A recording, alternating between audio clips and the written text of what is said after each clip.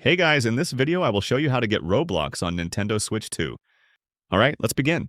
First, open the system settings on your Nintendo Switch 2. Scroll down and select Internet, then go to Internet Settings. Once your Wi-Fi network appears, choose it and select Change Settings. Next, scroll down to DNS settings and switch it from automatic to manual. Now, in the primary DNS section, enter the following DNS, then confirm. Once done, click Save and your settings will be saved successfully. After that, go back and select Connect to this network. The connection may fail, but that's completely fine.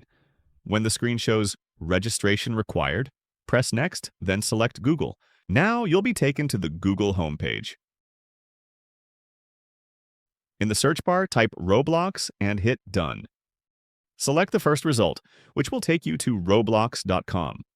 From here, you can log in or sign up for your Roblox account directly on your Nintendo Switch 2. So that's basically how you can get Roblox on Nintendo Switch 2. That's it for this video. Thanks.